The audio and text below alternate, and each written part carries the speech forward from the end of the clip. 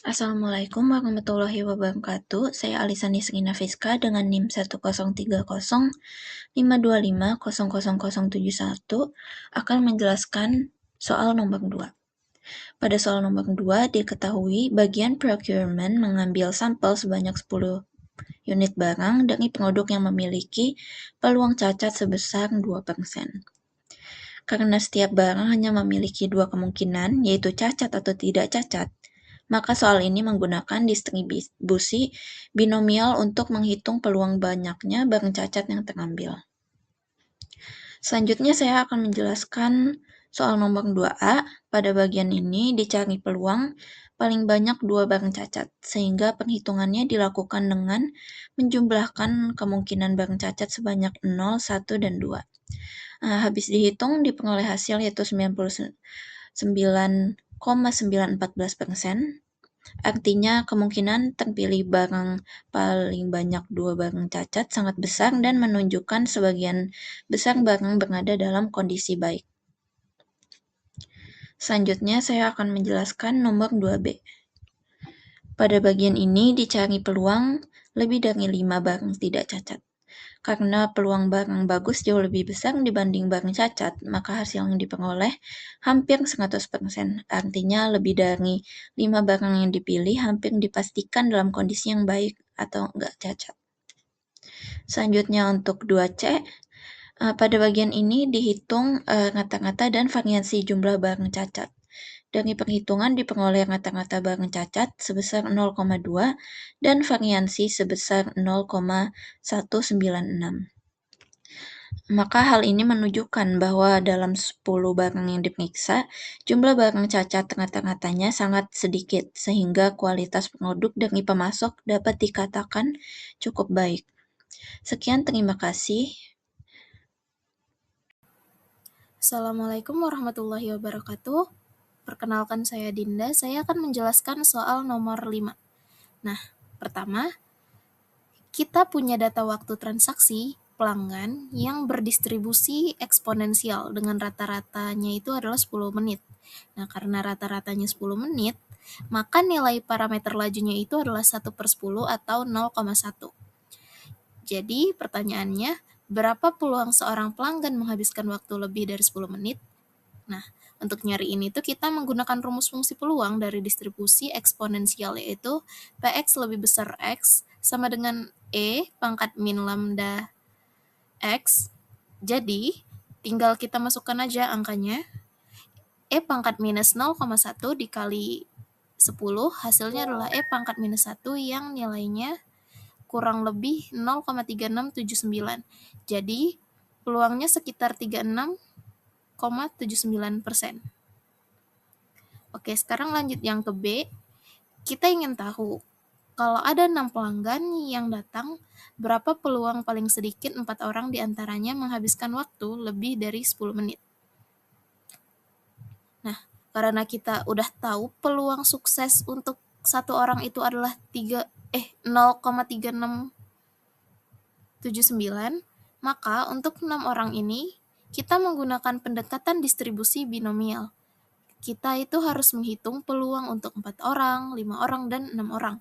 Lalu kita akan menjumlahkan semuanya. Nah, untuk yang 4 orang, kita menghitung peluangnya menggunakan kombinasi 6 ambil 4, hasilnya sekitar 0,1079. Nah, untuk 5 orang, peluangnya sekitar 0,0254. Dan untuk yang 6 orang, peluangnya sekitar 0,0025. Jadi, semuanya kita jumlahkan, jadinya itu total peluangnya menjadi 0,1376. Artinya ada sekitar 13,76% kemungkinan kejadian ini itu terjadi gitu. Oke, sekarang kita lanjut ke nomor 9. Nah, untuk yang poin A, kita itu menghitung peluang lebih dari 4.250 jam. Nah, di soal pertama itu kita ingin mengetahui peluang komponen bertahan lebih dari 4.250 jam itu dengan rata-rata 4.000 dan simpangan bakunya 500. Oke, untuk cara mencarinya itu kita hitung dulu skor Z-nya. 4.250 dikurang 4.000 per 500, hasilnya adalah 0,5. Nah, berarti kita mencari area di tabel Z untuk nilai Z lebih besar dari 0,5. Nah, setelah saya mengerjakan dan saya melihat di tabel tadi, untuk nilainya itu adalah 0,6915. Karena yang kita cari itu adalah area lebih dari atau yang di sebelah kanannya kurva, maka kita kurangi 1 dengan 0,6915. Hasil akhirnya itu adalah 0,3085, yang artinya ada peluang sebesar 30,85%. Komponen tersebut bertahan lebih dari 4.250 jam. Oke, sekarang ke poin yang B, yaitu menghitung peluang umur pakai di antara 350 sampai 3.500 hingga 4.800 jam. Oke. Cara nyarinya mirip sama yang poin A. Kita cari dulu dua nilai Z-nya, yaitu untuk 3.500 skornya itu adalah min 1, dan untuk yang 4.800 skornya itu adalah 1,6, skor Z-nya maksudnya. Nah, sekarang kita lihat di tabel. Nah, karena susah ya munculin tabel di sini,